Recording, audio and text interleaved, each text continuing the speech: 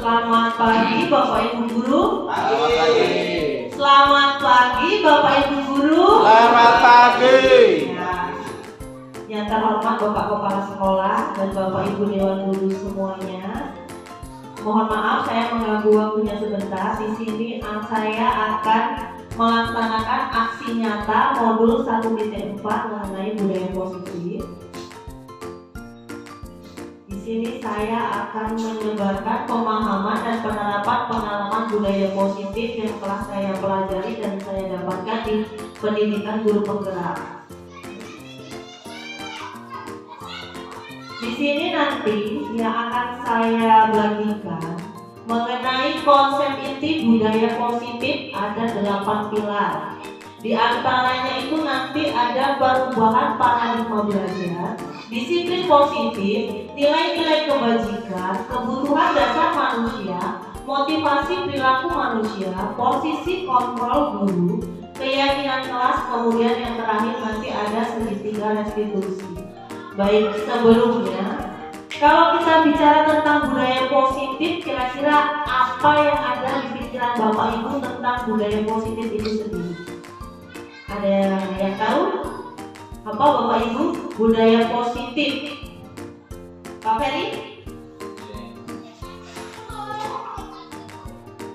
Kalau menurut saya budaya positif adalah suatu kebiasaan yang sering kita lakukan dalam lingkungan sekolah, tentunya hal-hal yang berbau positif. Misalnya contohnya adalah ketika kita datang ke sekolah itu datang lebih awal, kemudian melaksanakan tugas kita sebagai guru, membimbing dan mengajar anak, kemudian selain itu sisi positifnya lain adalah mengikuti kegiatan-kegiatan yang lain yang bisa kita tularkan kepada anak. Baik, terima kasih Bapak Ferry. Luar biasa jawabannya. Budaya positif itu intinya apapun kebiasaan kita yang bernilai positif seperti itu. Baik, next Pak. Pembelajaran dengan paradigma baru. Di sini pembelajaran dengan paradigma baru merupakan pembelajaran yang dirancang berdasarkan prinsip pembelajaran berdiferensiasi sehingga peserta didik belajar sesuai kebutuhannya berdasarkan tahap perkembangan sesuai teori psikologi modern untuk mewujudkan profil pelajar Pancasila. Jadi pembelajaran untuk saat ini Bapak Ibu itu tidak hanya berfokus kepada materi ataupun nilai, tetapi di sini juga kita diharapkan mampu mencapai karakter yang terdapat dalam profil pelajar Pancasila yang terdiri dari 6 karakter. Yang pertama itu beriman dan bertakwa kepada Tuhan Yang Maha Esa dan berakhlak mulia. Kemudian berkebinekaan global atau berwawasan luas, bergotong royong atau bekerja sama. Kemudian mandiri, tidak tergantung pada orang lain, kreatif, kemudian bernalar kritis. Bernalar kritis di sini itu mampu berpikir kritis. Artinya jika kita memberikan informasi, anak itu tidak langsung menerimanya secara langsung, tetapi bisa menelaah atau mencari kebenarannya terlebih dahulu seperti itu. Nah, berbicara tentang profil pelajar Pancasila ini, kita akan mencoba menyanyikan lagu profil pelajar Pancasila atau S-Breaking sebentar ya Bapak Ibu. Ayo Ibu Kok dibantu Bu, maju ke depan Bu, kita S-Breaking sebentar Ibu.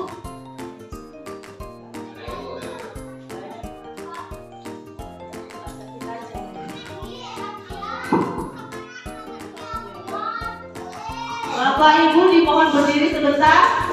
S-Breaking sejenak Pak Bu, ayo berdiri sebentar. Pelajar Pancasila beriman dan bertakwa pada Tuhan Yang Esa dan berakhlak mulia, berkebinekaan global, gotong royong mandiri, kreatif dan bernalar kritis. Sekali lagi ya Ibu, yang semangat. 1, 2, 3. Pelajar Pancasila beriman dan bertakwa pada Tuhan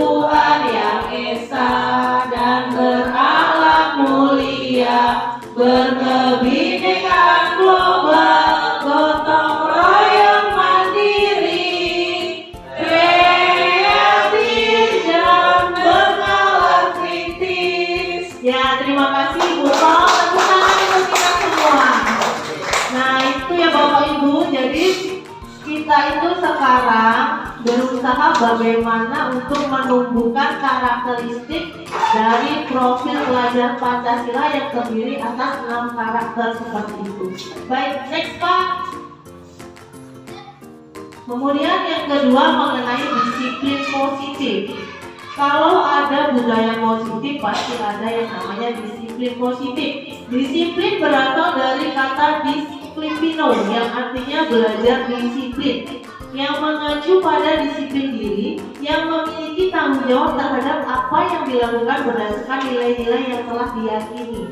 Kemudian disiplin positif itu sendiri merupakan salah satu cara penerapan disiplin yang bertujuan untuk menumbuhkan kesadaran serta memberdayakan peserta didik tanpa imbalan penghargaan atau nilai, ancaman maupun hukuman. Sebagai pendidik, tujuan kita adalah menciptakan peserta didik yang memiliki disiplin diri sehingga mereka berperilaku mengacu pada nilai-nilai kebaikan universal dan memiliki motivasi intrinsik dalam perubahan perilaku ke arah yang lebih baik. Jadi artinya penanaman disiplin positif itu kita berusaha bagaimana anak itu dari motivasinya dari intrinsik atau dirinya sendiri, bukan dari hanya penghargaan, hukuman maupun ancaman, karena biasanya anak-anak itu maunya disiplin jika ada penghargaan. Misalnya, kamu jika datang setiap hari tidak terlambat akan ibu beri reward, misalnya seperti itu. Nah, itu pemahaman yang lama. Mulai sekarang kita ciptakan pemahaman yang baru, yaitu bagaimana caranya agar disiplin positif itu tumbuh dari dalam diri peserta didik itu sendiri, seperti itu. Nilai-nilai kebajikan yang ketiga itu.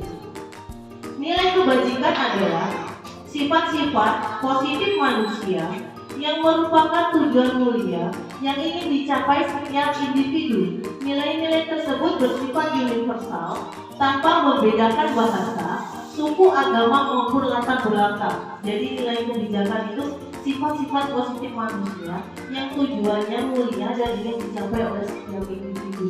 Ini contoh-contoh nilai kebajikan dalam suatu organisasi atau suatu sekolah. Itu ada nilai kebajikan yang berasal dari profil pelajar Pancasila yang terdiri dari 6 karakter tadi. Kemudian ada juga keterampilan hidup atau life skill. Di situ ada nilai-nilai seperti dapat dipercaya, lurus hati, pendengar yang aktif, tidak merendahkan orang lain, memberikan yang terbaik dari diri. Nah, bukan hanya ini, masih banyak sekali nilai-nilai kebajikan di lingkungan sekolah kita seperti itu. Banyak Pak. Nah, SBT lagi bukan? Bukan, maju ke depan kita, SBT lagi bukan? Ayo Bu. Pak Rido tadi belum SBT Bu, ayo Bu.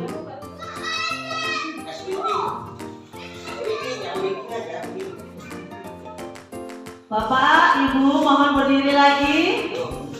Ayo Pak, semangat dong Pak.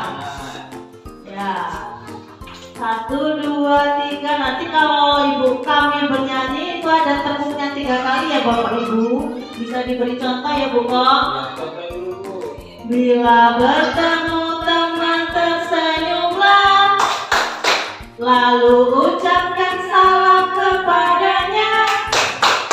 Sapa apa kabarnya, sopanlah terhadapnya, santunlah tanda sayang kepadanya. Nah, seperti itu. Bisa Bapak Ibu? Bisa. Baik, kita mulai. 1, 2, 3, ayo buka. Bila bertemu teman tersenyumlah, lalu ucapkan salam kepadanya. Sapa apa kabarnya, sopanlah terhadapnya, santunlah tanda sayang kepadanya. Nah, terima kasih. Tepuk tangan teman-teman. Terima kasih Bapak Ibu. Jadi ini salah satu pembiasaan kecil yang akan kita lakukan di sekolah. Namanya itu pembiasaan 5S. Artinya S Pertama itu senyum, kedua salam, sapa, sopan, dan santun. Itulah kebiasaan hal kecil yang akan kita lakukan di sekolah kita. Baik, terima kasih Pak. Terus Pak. Yang keempat itu kebutuhan dasar manusia. Kebutuhan dasar manusia adalah merupakan unsur-unsur yang dibutuhkan oleh manusia dalam menjaga keseimbangan baik secara fisiologis maupun psikologis. Hal ini tentunya bertujuan untuk mempertahankan kehidupan dan kesehatan. Di sini kebutuhan dasar manusia juga itu ternyata berpengaruh penting terhadap peserta didik kita, Bapak Ibu. Kadang-kadang anak itu melakukan pelanggaran ataupun tidak melakukan disiplin positif itu karena dia terbentur dengan kebutuhan dasar manusia. Jadi next Pak, ada 5 kebutuhan dasar manusia itu. Yang pertama itu kebutuhan bertahan hidup. Contohnya itu ada kebutuhan kesehatan, rumah, dan makanan. Terus kemudian ada yang kedua itu kebutuhan kasih sayang dan rasa diterima. Keinginan untuk tetap terhubung dengan orang lain seperti teman, keluarga, pasangan hidup, teman kerja, dan kelompok di mana kita tergabung. Kemudian ada juga kebutuhan kebebasan seperti kemandirian, memiliki pilihan, mampu mengendalikan arah hidup seseorang. Kemudian ada juga yang namanya kebutuhan kesenangan, bermain dan tertawa. Kemudian ada juga yang terakhir itu kebutuhan penguasaan, kekuatan untuk mencapai sesuatu, ingin diakui, ingin didengar, dan memiliki rasa harga diri. Ini biasanya lebih ke misalnya ada anak yang ini nih bangku saya loh, nggak boleh ada yang duduk di sini kecuali saya. Jadi dia merasa berkuasa atau itu adalah kebutuhan penguasaan yang nantinya akan menimbulkan konflik-konflik seperti itu. Next Pak. Yang kelima itu ada motivasi perilaku manusia. Motivasi perilaku manusia itu dibagi menjadi 2, Bapak Ibu. Yang pertama itu motivasi ekstrinsik, artinya motivasi yang berasal dari luar diri manusia. Di situ ada 2 juga. Yang pertama itu untuk menghindari hukuman atau ketidaknyamanan.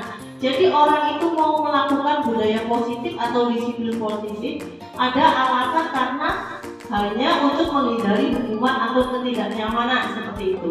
Yang kedua, untuk mendapatkan imbalan penghargaan ataupun reward. Jadi ada juga orang yang maksudnya warga sekolah yang melakukan disiplin positif itu hanya untuk mendapatkan penghargaan atau reward seperti itu.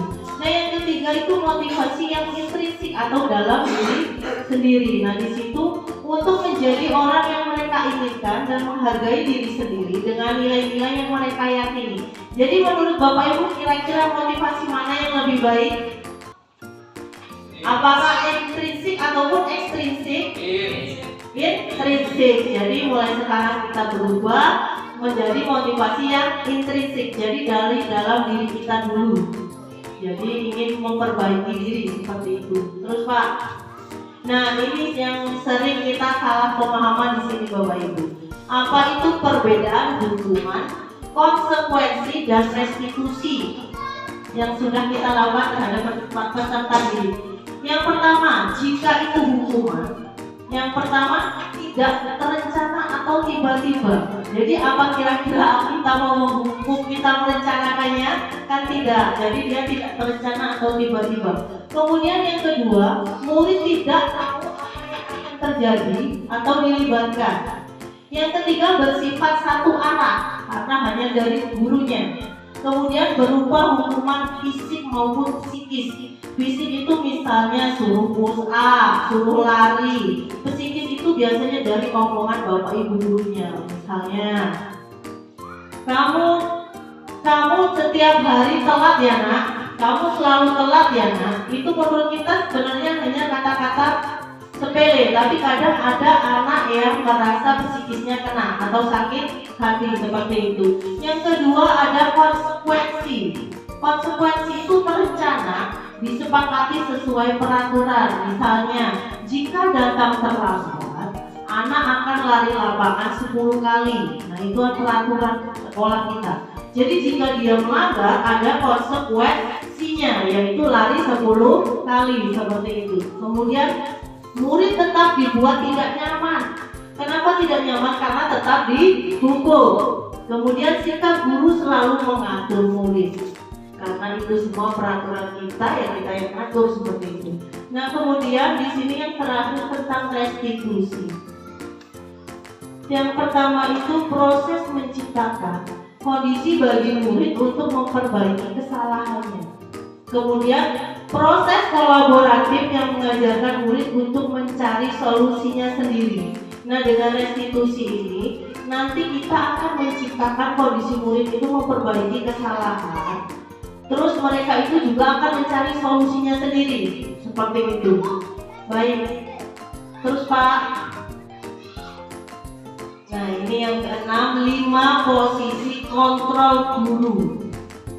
Selama ini di manakah posisi kita sebagai guru? Posisi kontrol kita sebagai siapa? Nah, ini dia. Yang pertama itu penghukum. Penghukum itu biasanya kata-katanya seperti ini. Patuhi aturan saya atau awas. Itu yang pertama. Yang kedua, kamu selalu saja salah.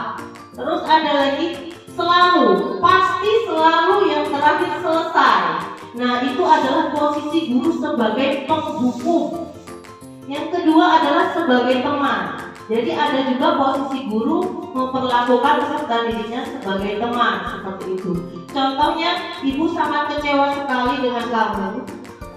Bagaimana coba kalau orang tua kamu tahu kamu begini? Nah, itu seperti ngobrol dengan teman. Terus ada posisi guru sebagai pembuat rasa bersalah. Ada juga yang seperti ini. Contohnya, ayo bantulah demi ibu ya. Terus ada juga, ya sudah kali ini tidak apa-apa, nanti ibu bantu.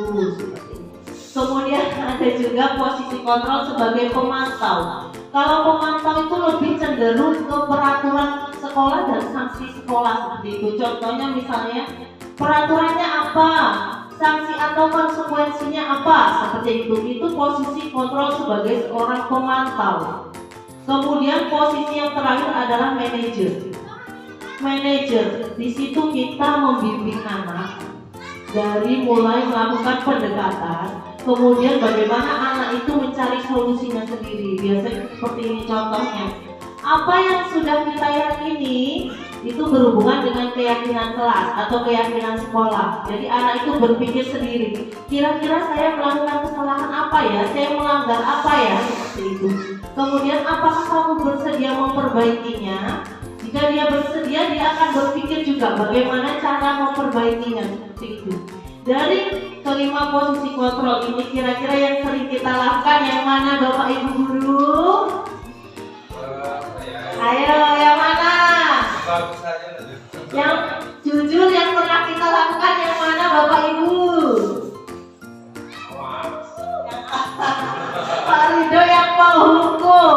Nah, setelah kita tahu seperti ini, kita rubah Bapak Ibu. Kalau bisa jangan sebagai penghukum. Lebih baik sebagai teman juga baik, tapi yang jauh lebih baik dan sangat baik itu yang manajer. Karena sekarang itu pendidikan Ki Hajar Dewantara menuntut kita untuk selalu berfokus pada peserta didik. Jadi apa-apa itu peserta didik, seperti itu. Terus Pak, contoh penerapan 5 posisi kontrol guru. Yang pertama misalnya ada kasus nih, siswa datang terlambat ke sekolah. Ini contoh kata-katanya jika Bapak sebagai penghukum. Sana, kamu ambil sampah dulu sebelum masuk kelas. Itu tahu-tahu dia menghukum anak, seperti itu.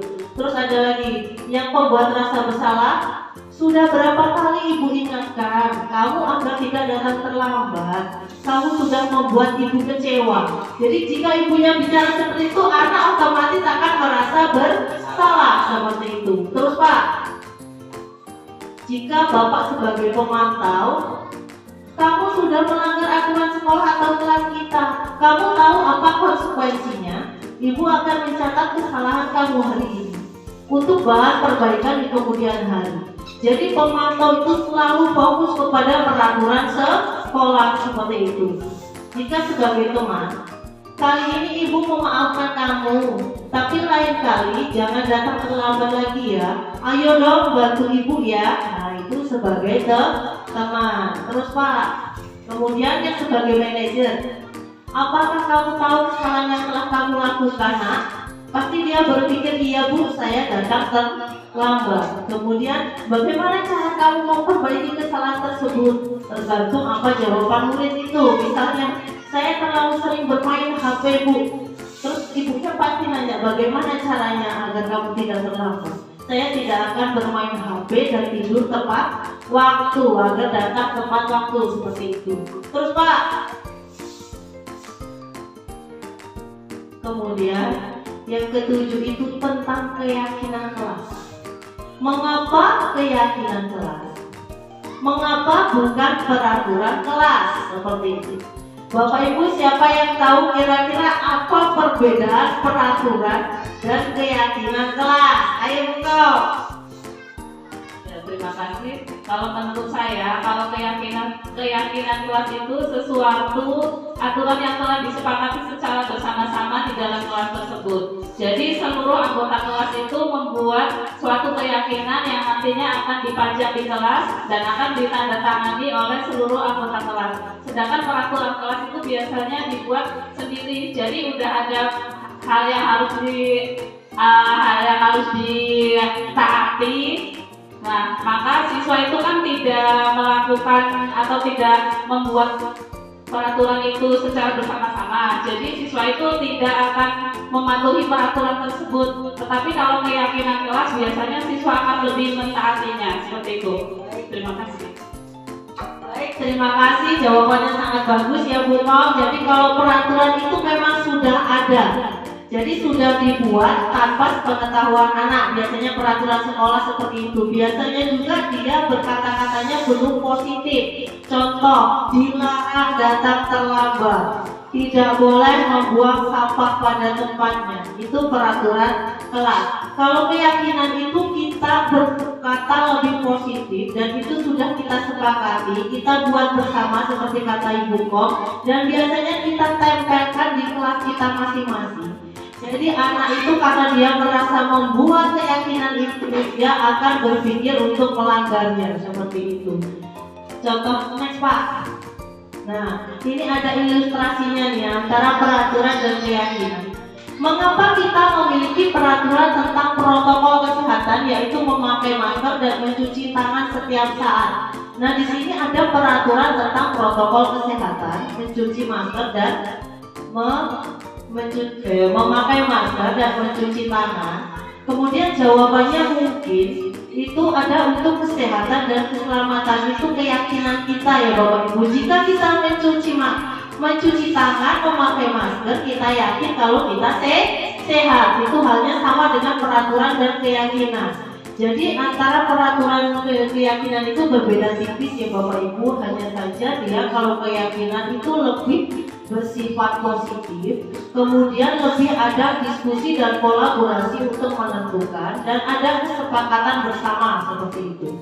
Terus Pak, nah ini cara-cara pembentukan keyakinan kelas. Yang pertama itu bersifat abstrak, terus berupaya pernyataan yang universal atau umum.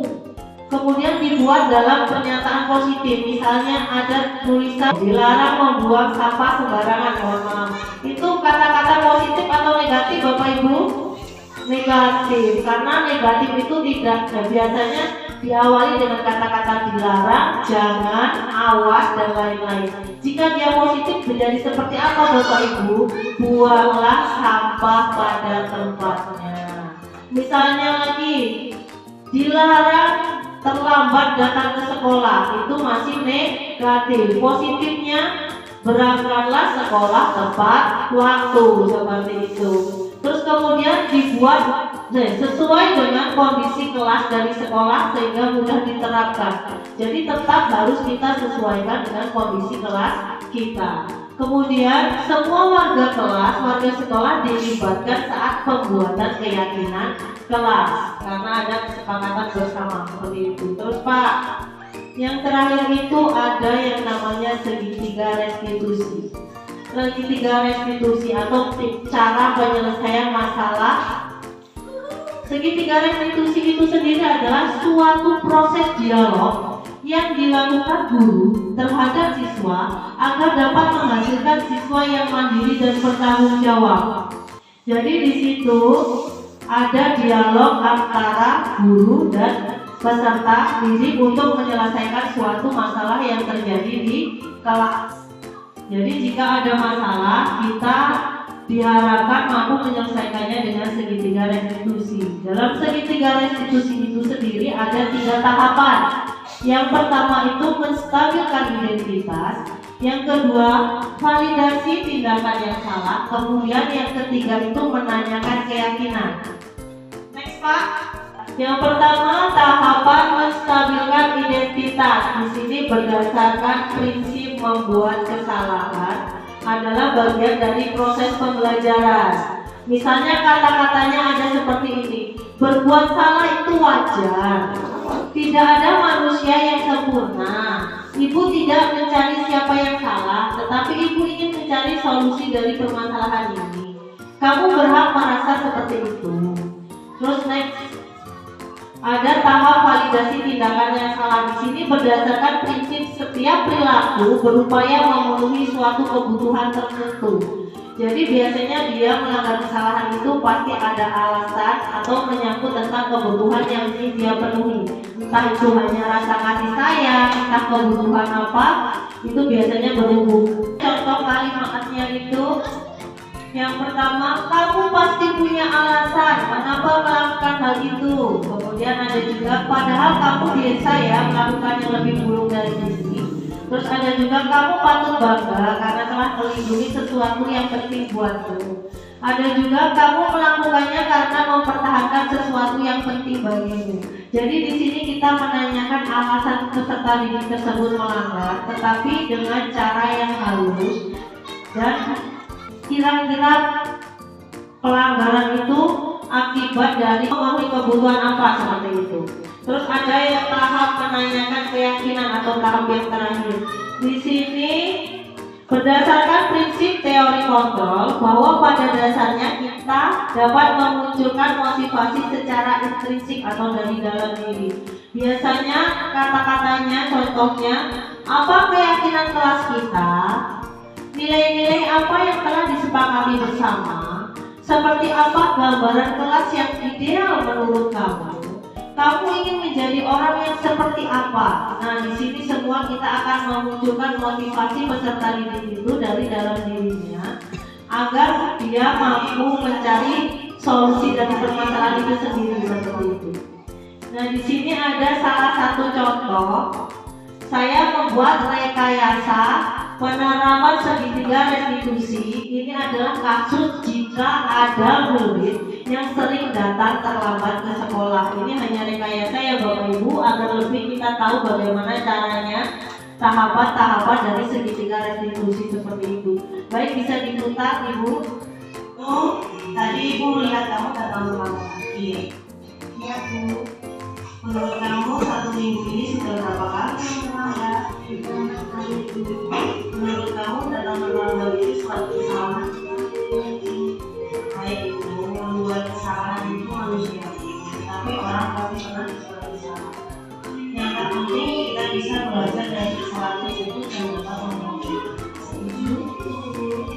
Kita cari solusinya di sana ya. Ibu sering datang terlambat pasti ada alasan. Kenapa ibu sering datang terlambat? Karena saya sering sambil masak kurang tidur Bu. Kamu tahu yang penjelasan seperti sekarang? Kalau Kalau sering datang terlambat ke sekolah sesuai dengan keyakinan kelas kita, menurut kamu keyakinan kelas apa yang sudah kamu lakukan? Menurut kamu disiplin itu penting tidak untuk kamu? tentu karena itu dan yang sekolah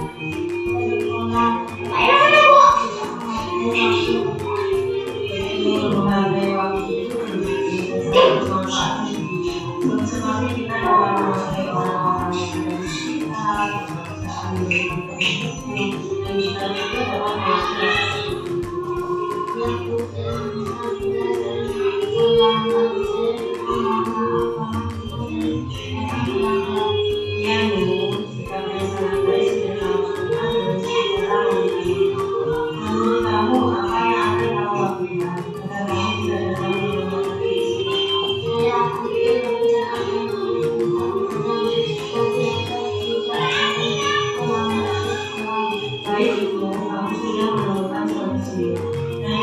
bekerja sama dengan orang tua kamu agar kamu tidak dapat melakukan sesuatu. Sekarang silakan kembali ke kelas.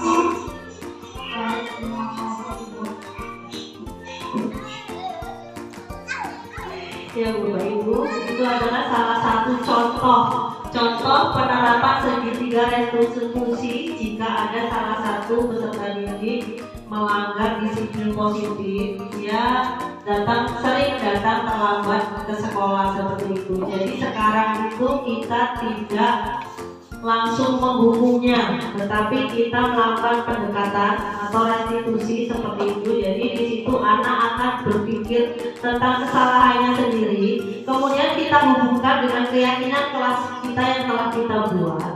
Kemudian apa yang kira-kira dia langgar dan bagaimana caranya memperbaiki dan menemukan solusinya bagi dirinya sendiri seperti itu.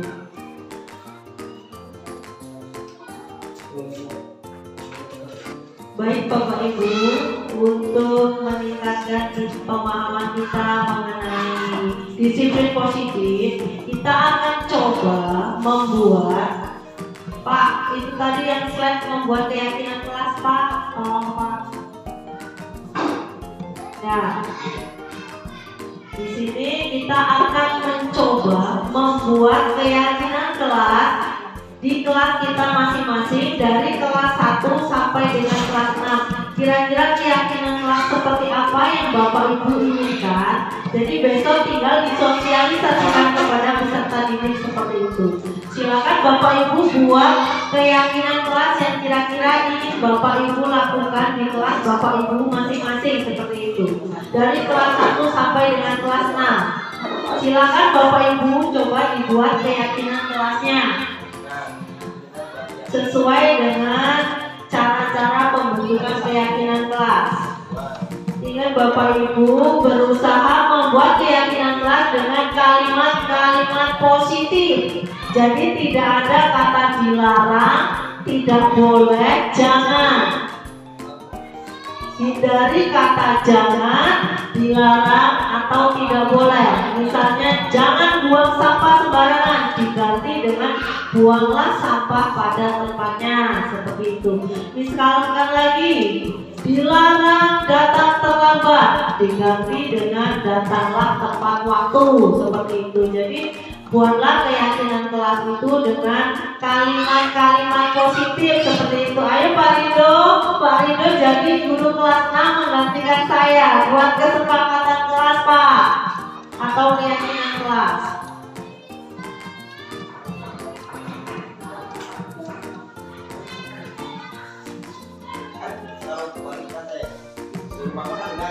Ya, guru mapel tidak diwajibkan tapi boleh membantu Pak, seperti itu. Guru kelas 1 sudah ada, guru kelas 2 sudah, 3, 4, 5, 6 sudah cukup. Yang lain boleh membantu atau memberikan sumbangsi pemikirannya, seperti itu.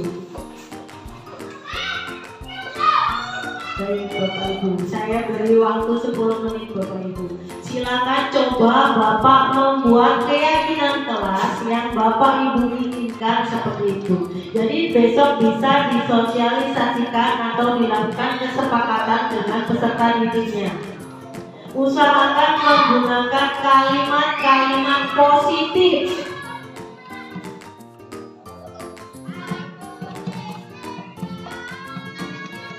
Jadi besok bisa dilihat di kelasnya masing-masing apakah kira-kira kesepakatan yang sudah kita tempel di kelas kita itu sudah benar mengacu pada aturan yang benar seperti itu.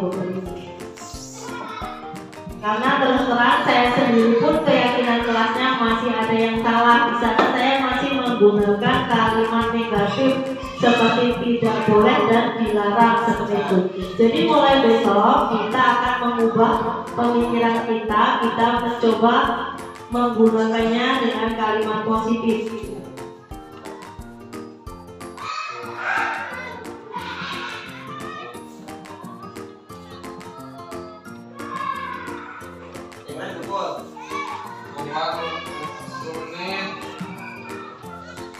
Matang dulu. Biar matang kata Pak Denny. Pikirkan dulu.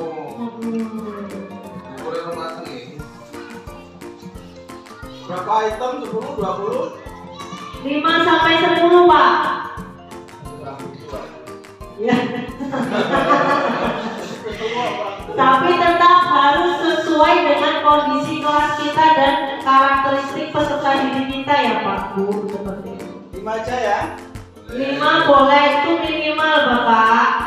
Kalau maksimal 10. Ayo Bapak hidup.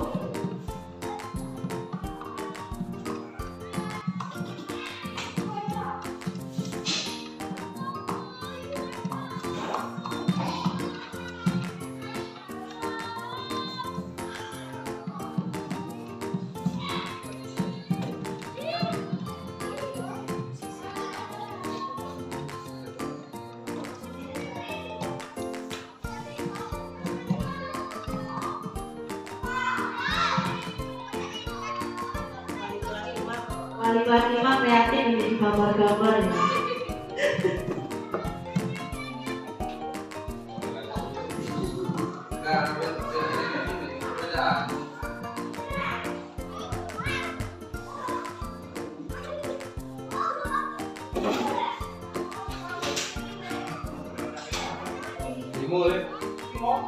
Minimal.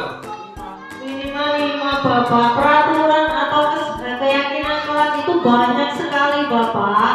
Misalnya datanglah tepat waktu, buanglah sampah pada tempatnya, hormati gurumu, sayangi teman.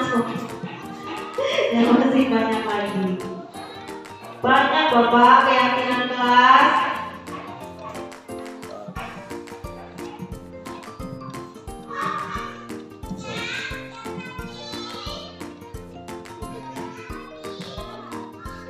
Dua menit lagi ya Bapak Ibu.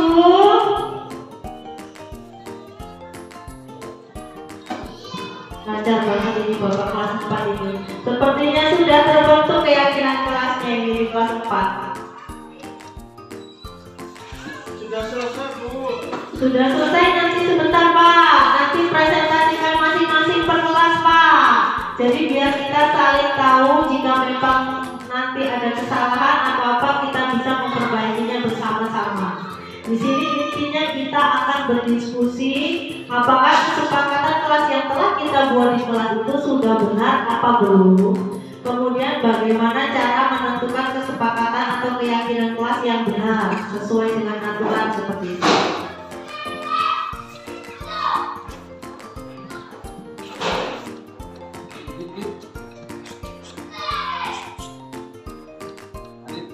Selesai.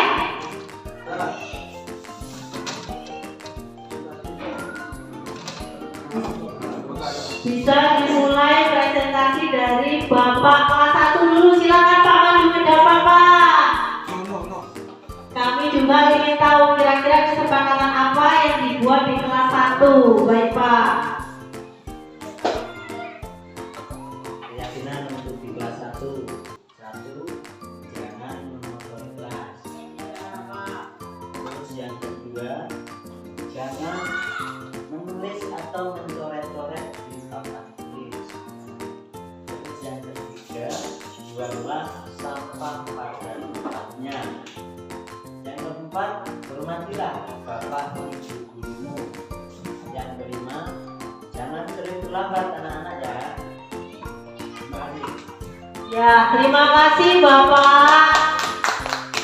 Baik Bapak Ibu Guru, dari penyampaian Bapak kelas 1, kira-kira itu keyakinan atau peraturan kelas Pak Bu? Peraturan kelas.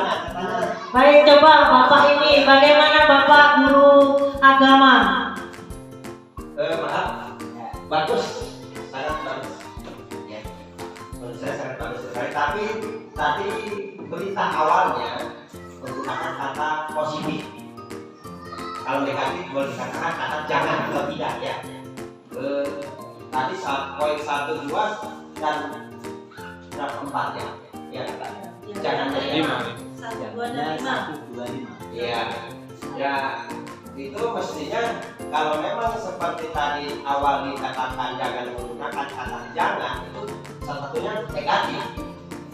Tapi yang bagus, tapi karena kita punya dua versi, ada yang dipositifkan, ada yang dinegatifkan. Jadi menurut saya semuanya bagus, cuman kalau memang yang mau dipakai salah satu, mana yang harus diterapkan, salah satunya aja yang dimasukinnya.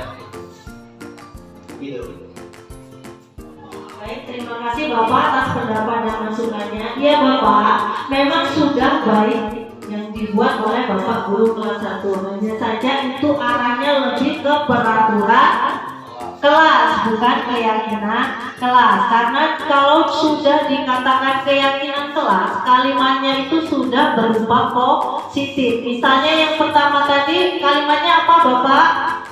Jangan mengotori kelas. Itu peraturan kelas. Keyakinannya seperti apa Bu kira-kira? Kalimat yang lebih positif. Buanglah sampah pada tempatnya. Buanglah sampah pada tempatnya. Marilah kita jaga kebersihan kelas. Nah, seperti itu adalah contoh-contoh kalimat positif untuk keyakinan kelas. Seperti itu ya Pak. Nanti bisa dirubah ya Bapak. Ya, baik. Terima kasih kepada Bapak kelas 1. Tepuk tangannya Bapak Ibu. Baik, untuk guru kelas 2 silakan Bapak coba presentasikan Pak ke depan Pak. Keyakinan kelas Bapak. Terima kasih. Untuk keyakinan kelas 2 yang saya buat, ini kemudian merupakan kesepakatan. Yang pertama, umumnya itu kalau kita belajar, sebelumnya kita harus memulai dengan berdoa sama. Berdoa sebelum belajar dimulai. Yang kedua, seharusnya datang atau berangkat sekolah itu lebih awal, kesepakatan. Kemudian yang ketiga, seharusnya belajar di kelas dengan nyaman, tidak gaduh. Lalu yang keempat, sebelum belajar kita membersihkan ruangan sesuai daftar tiket. Sedangkan yang kelima, diupayakan atau diusahakan belajar di ruangan kelas itu dibuat menyenangkan. Seperti itu kesepakatan dari kelas 2. Mudah-mudahan bisa dilakukan lagi. Terima kasih. Terima kasih Bapak kelas 2. Kira-kira Bapak Ibu guru setelah mendengar kesepakatan kelas 2, apa pendapatnya? Apakah ada yang memberikan saran atau pendapatnya mengenai kesepakatan kelas 2? Ada Bapak Ibu? Ayo Pak, berikan komentar atau sarannya untuk kesepakatan kelas yang sudah dibuat oleh Bapak kelas 2. Ada? Ada Bu? Cukup karena sudah bernilai positif. Jadi bisa dipresentasikan besok di kelas ya Pak, untuk anaknya membuat kesepakatan kelas atau keyakinan kelas. Sekarang giliran Ibu kelas 3-nya. Silakan Ibu, presentasikan dulu keyakinan kelas Ibu.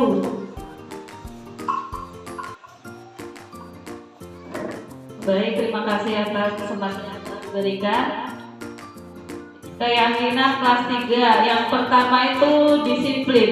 Ya, disiplin di sini bisa jadi dua tahap ya Bu. Ada yang berangkat tepat waktu, ada yang pulang juga tepat waktu. Maka di sini menuliskannya itu disiplin.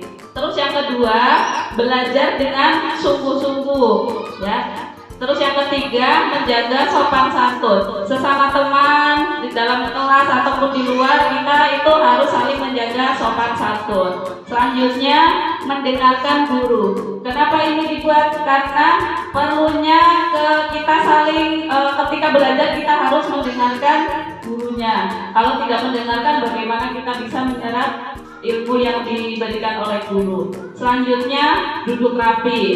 Terus menjaga kebersihan.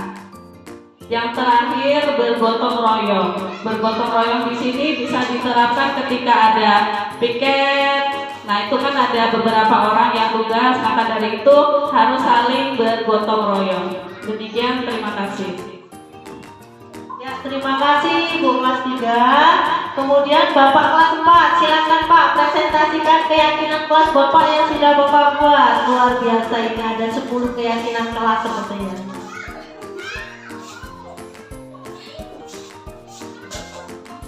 Baik Bapak Ibu, mohon izin menyampaikan hasil dari keyakinan kelas yang telah dibuat di kelas 4. Di sini kami membuat keyakinan kelas sesuai dengan kondisi kelas kami tentunya. Adapun keyakinan kelas yang sudah kami sepakati, yang pertama adalah datang tepat waktu, kemudian hormati guru dan teman.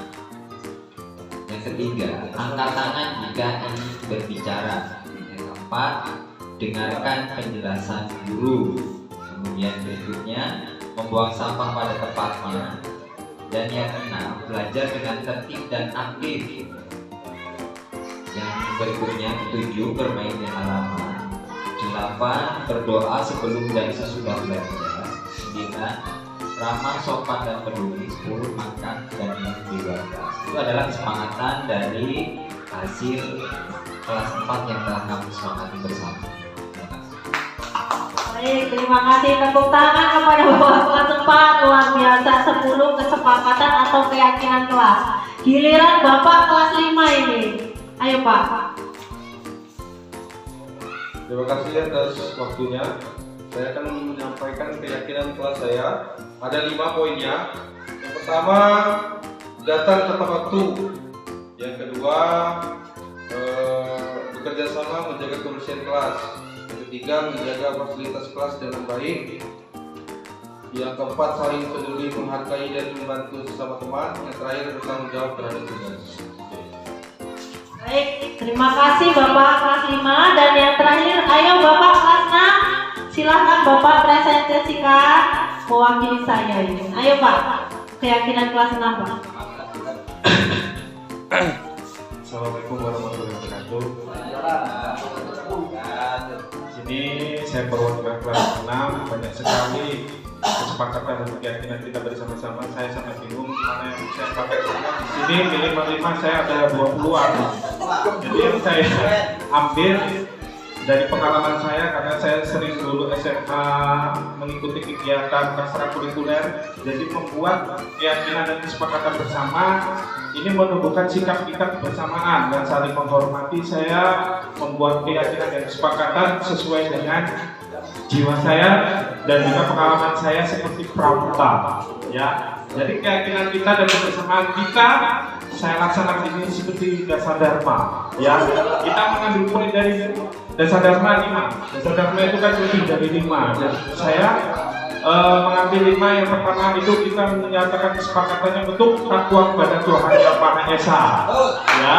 Jadi yang pertama kita harus takwa kepada Tuhan Yang Maha Esa, kita harus sepakati semua bersama. Dan yang kedua, cinta alam dan kasih sayang sesama manusia. Jadi kita harus selalu menciptakan rasa kasih sayang antara guru dan murid, jadi tidak saling jengkel. Terus yang ketiga, patriot yang sopan dan kesatria. Nah, kita harus menumbuhkan jiwa yang patriot, ya. Patriot itu kepada sesama guru dan kepada negara pun kita harus menumbuhkan sikap itu semua yang bagus. Mencerdaskan kehidupan bangsa. Terus yang keempat, ini patuh dan suka bermusyawarah. Jadi kita selalu menyelesaikan materi-materi dan diskusi, kita selalu bermusyawarah sesama teman, sesama guru, kita saling memusyawarahkan bersama. Jadi untuk menghasilkan dan memberikan istilahnya kita hasil yang baik. Dan yang kelima ini rela menolong dan tabah. Ini kita harus menumbuhkan rasa kepada anak-anak untuk rela menolong dan tabah. Jadi kalau temannya ada yang sakit, temannya ada yang jatuh, kita harus menjenguknya, kita harus menolongnya, seperti itu. Ini kita keyakinannya cuma saya ambil 5 aja dari kita kesepakatan bersama, sebenarnya banyak, tapi kita 5 saja sudah cukup kita untuk menerapkan di kelas kita kelas 6. Terima kasih. Assalamualaikum warahmatullahi wabarakatuh. Tepuk tangan Bapak Ibu. Ternyata pikirannya Bapak sangat luas ya Pak. Jadi kesepakatannya mengambil dari Dasa Dharma karena Bapak ini lebih ke lapangan setiap hari. Jadi dia mengambil contoh nyata di lapangan seperti itu. Baik.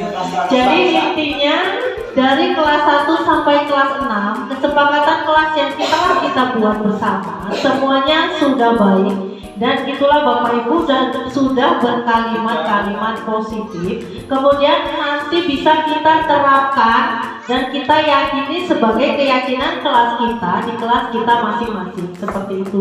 Sedikit penguatan Bapak Ibu untuk kegiatan hari ini. Intinya mulai sekarang kita merubah paradigma berpikir kita dari yang tadinya hanya terfokus pada sebuah materi atau nilai. Di sini kita mulai belajar bagaimana menumbuhkan karakteristik peserta didik yang berpacu pada profil pelajar Pancasila yang terdiri dari 6 karakter. Kemudian di sini juga kita harus mengetahui di mana posisi kontrol kita, merubahnya. Jika kita merasa selama ini kita menjadi seorang pendukung, mulai sekarang kita rubah posisi kontrol kita menjadi ke arah yang lebih baik. Kemudian ada juga jika kita menemui suatu kasus atau permasalahan yang terjadi di sekolah atau di kelas kita dapat menyelesaikannya menggunakan segitiga restitusi. Jadi di situ intinya kita mencari solusi, bukan menghukum seperti itu.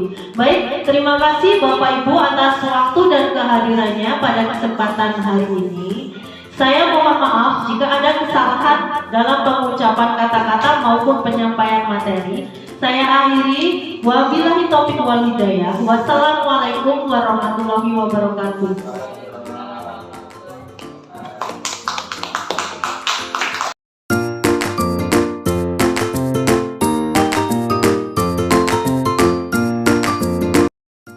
Assalamualaikum warahmatullahi wabarakatuh.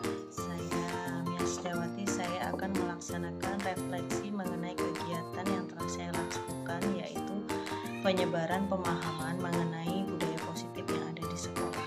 Setelah melakukan berbagi praktik baik mengenai budaya positif, yang sudah baik sudah saya lakukan adalah saya paham bahwa penerapan disiplin positif itu membawa dampak yang baik kepada sekolah, seperti timbulnya nilai-nilai kebajikan universal yang mengarah kepada profil pelajar Pancasila dan visi sekolah. Kemudian saya juga paham bahwa posisi kontrol guru yang selama ini saya lakukan adalah sebagai penghukum dan pembuat rasa bersalah, sehingga mulai sekarang saya akan mencoba merubahnya menjadi posisi kontrol manager, sehingga anak akan berpikir dengan sendirinya mengenai kesalahan, kemudian mereka akan berpikir mengenai solusinya sendiri seperti itu. Saya juga paham jika ada anak yang mengalami masalah atau pelanggaran disiplin positif di sekolah, saya tidak akan langsung menghukumnya, tetapi saya akan melaksanakan segitiga restitusi, baik dari menstabilkan identitas, validasi tindakan yang salah, kemudian saya akan menanyakan keyakinan kelas kami. Yang belum baik adalah saya belum menggunakan semua kegiatan budaya positif di sekolah saya. Saya baru melaksanakan beberapa saja dan itu pun belum maksimal. Dan yang akan saya lakukan ke depannya adalah saya akan lebih memantapkan pemahaman saya mengenai budaya positif. Kemudian saya akan mengimplementasikan penerapan budaya positif di sekolah dengan baik dan secara maksimal agar dapat memenuhi visi sekolah.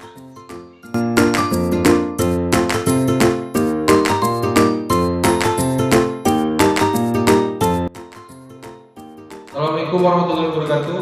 Saya Ahmad Alfred Deni, wali kelas 5. Saya akan menyampaikan refleksi kegiatan hari ini yang saya rasakan. Jadi saya mendapatkan ilmu dari pemaparan oleh Ibu Mia. Saya menyampaikan dan berpikir apa yang saya lakukan selama ini ternyata posisi saya salah.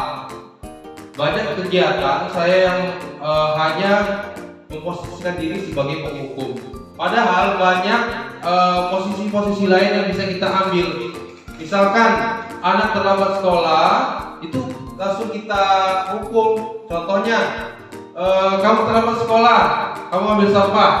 Artinya kan itu sebagai penghukum. Ada kata-kata yang lain, ada posisi lain yang baik sebenarnya yang bisa kita ambil. Contohnya manajer, kita tanyakan dulu kenapa kamu terlambat, ada masalah apa, sudah berapa kali, dan kita cari solusinya.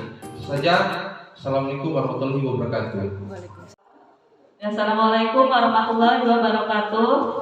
Saya Omsyatu Ningsi, wali kelas 3. Baik, saya akan melakukan refleksi untuk kegiatan pada hari ini.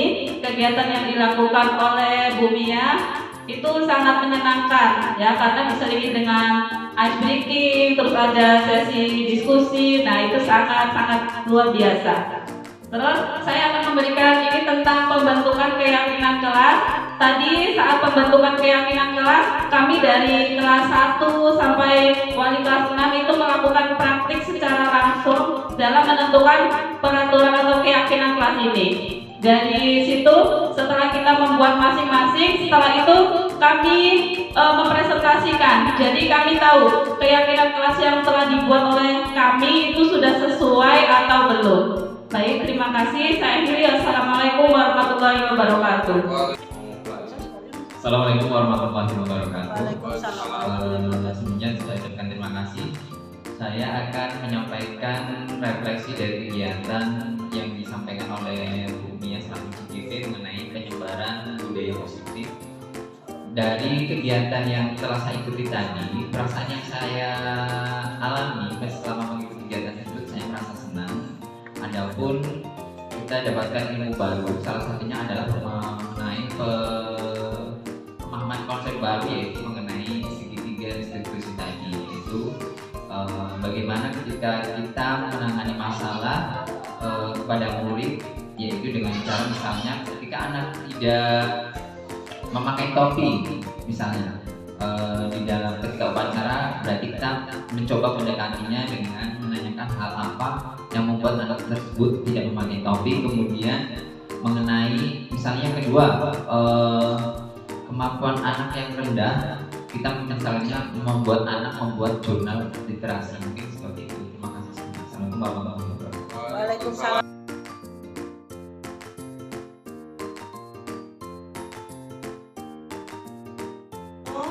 Tadi Ibu melihat kamu datang terlambat lagi ya? Iya, Bu. Menurut kamu 1 minggu ini sudah berapa kali kamu terlambat? Ditambah kali Bu. Menurut kamu datang terlambat itu suatu kesalahan bukan? Iya, Bu. Baik Ibu, membuat kesalahan itu manusiawi, tetapi orang pasti pernah membuat kesalahan. Yang terpenting kita bisa belajar dari kesalahan tersebut dan dapat memperbaiki. Setuju? Kita cari solusinya bersama ya. Baik, Bu. Ibu sering datang terlambat pasti ada alasannya. Kenapa Ibu sering datang terlambat? Karena saya sering sambil bermasalah. Kurang tidur, Bu. Kamu tahu keyakinan kelas yang sudah kita sepakati? Tahu, Bu. Kalau sering datang terlambat ke sekolah sesuai dengan keyakinan kelas kita tidak. Menurut kamu keyakinan kelas apa yang sudah kamu lakukan? Menurut kamu disiplin itu penting tidak untuk kamu? Penting, Bu, karena bisa membuat budaya dari sekolah. Pak Ira mana, Bu? Bisa menghargai waktu. Betul, menghargai waktu itu tentu bisa sangat bermanfaat. Seperti kita dapat menghargai orang-orang yang ada di sekitar, pekerjaan yang kita lakukan, dan kita juga dapat melatih rasa syukur. Ya, Bu, saya bisa belajar terlambat. Saya mohon maaf kalau saya datang terlambat. Iya Bu, sikap yang sangat baik sudah kamu lakukan dengan cara meminta maaf. Menurut kamu apa yang akan kamu